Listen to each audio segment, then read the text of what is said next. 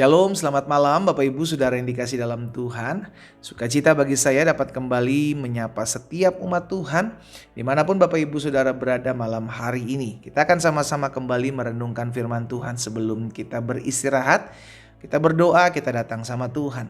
Bapak terima kasih buat hari yang luar biasa, hari yang dahsyat. Kami bersyukur karena Tuhan tolong kami untuk melewati sepanjang hari ini.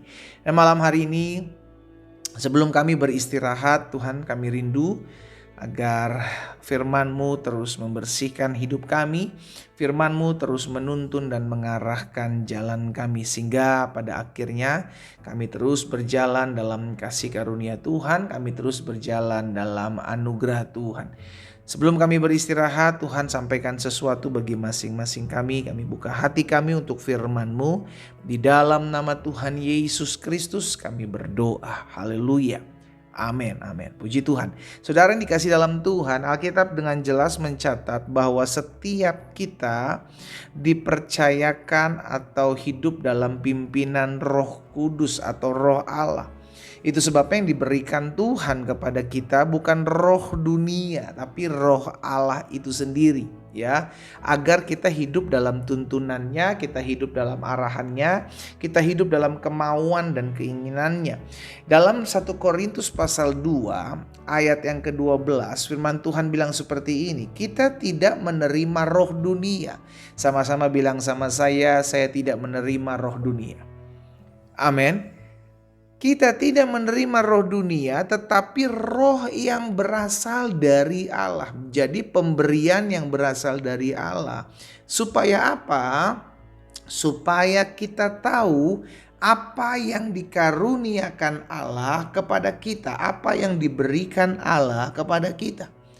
Itu sebabnya Alkitab mengajarkan kepada setiap kita, saudara dikasih dalam Tuhan, untuk mengingatkan kita bahwa yang kita terima ini bukan roh dunia. Berarti hidup kita gak boleh diatur oleh dunia. Dalam arti gini, kita percaya bahwa hidup kita ini hidup dalam tuntunan Tuhan, ya. Roh Allah dalam hidup kita. Itu sebabnya Alkitab katakan tubuhmu adalah bait kudus Allah, tempat kediaman Allah, tempat di mana roh Allah berdiam.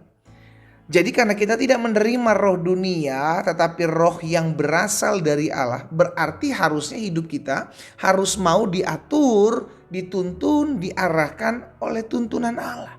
Bukan apa yang diajarkan oleh dunia. Dan dampaknya dalam kehidupan kita gak gampang takut, kita gak gampang khawatir. Makanya Rasul Paulus katakan juga kepada Timotius dalam 2 Timotius 1 ayat 7. Sebab Allah memberikan kepada kita bukan roh ketakutan. Nah ya, kan tadi firman Tuhan katakan kita tidak menerima roh dunia tetapi roh yang berasal dari Allah. Roh itu bukan roh ketakutan, gitu loh saudara. Kalau kita menerima roh yang berasal dari dunia, maka hidup kita akan penuh dengan kekhawatiran gitu. Hidup kita akan penuh dengan ketakutan, hidup kita akan penuh dengan kecemasan, tertekan. Karena apa? Karena tidak menerima apa yang berasal dari Allah. Kita menerima apa yang ditawarkan oleh dunia. Ketakutan, kekhawatiran, ancaman-ancaman hidup. Karena kita tahu kita masih hidup di dunia ini, gak ada pegangan hidup.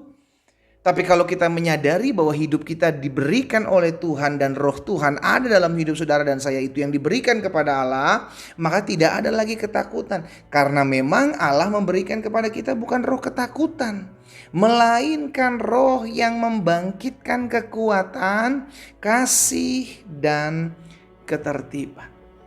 Orang yang memiliki roh Allah dalam hidupnya, saudara dikasih dalam Tuhan, itu tidak mengalami tertekan hidup. Tidak takut akan masalah, tidak takut akan pergumulan, tidak tertekan karena tantangan hidup. Kenapa? Karena roh Allah tidak memberikan kelemahan, ketakutan.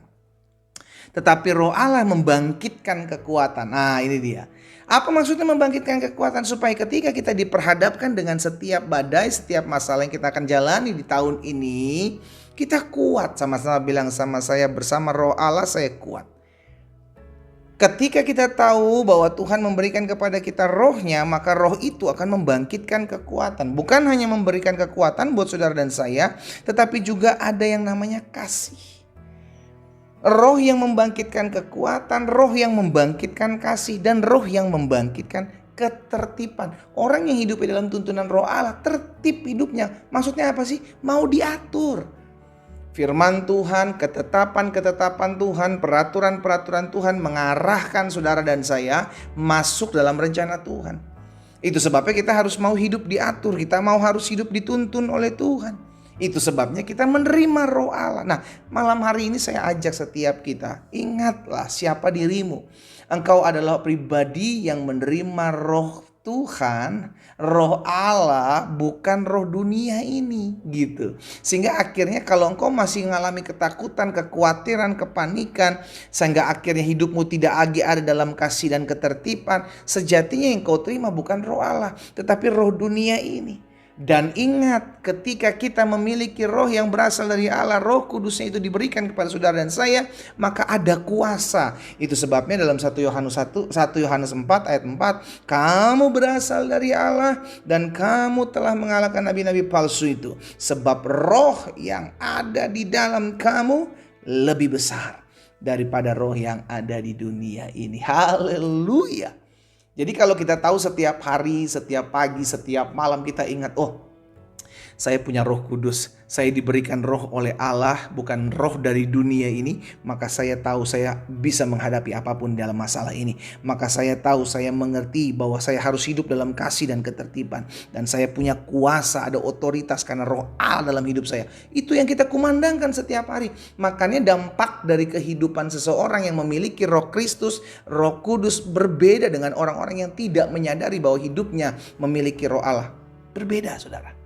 Nah, itu sebabnya malam hari ini saya ajak setiap kita anak-anak Tuhan untuk ingat, Tuhan memberikan kepada saudara dan saya rohnya yang kudus. Tuhan memberikan kepada saudara dan saya roh yang berasal daripada Allah itu untuk kita berjalan dalam kekuatan, kasih dan ketertiban. Dan pada akhirnya kita diberikan kuasa untuk menaklukkan setiap keinginan-keinginan dunia. Karena roh yang ada dalam saudara dan saya lebih besar dari roh yang ada dalam dunia ini. Kita berdoa, kita datang sama Tuhan. Bapa, terima kasih buat malam hari ini. Kami mengucap syukur karena kasih karunia, karena anugerah dan pertolongan Tuhan selalu nyata dalam hidup kami. Kami berterima kasih karena Tuhan yang bela kami. Dan malam hari ini sebelum kami beristirahat, biarlah firman termaterai dalam hidup kami. Kami dibangkitkan semangat hidup kami dituntun, diarahkan karena kami tahu Roh Tuhan ada atas kami, menuntun dan mengarahkan kami dalam jalan-jalan Tuhan yang sempurna. Berkati setiap umat Tuhan. Malam hari ini mereka akan beristirahat. Biarlah kami boleh beristirahat dalam perlindungan dan keberkatan Tuhan. Yang sakit Tuhan jamah dan sembuhkan. Yang berbeban berat Tuhan beri kelegaan, dan susah Tuhan hiburkan. Dalam nama Tuhan Yesus Kristus kami berdoa. Haleluya. Amin. Selamat malam, selamat beristirahat saudaraku. Tuhan memberkati.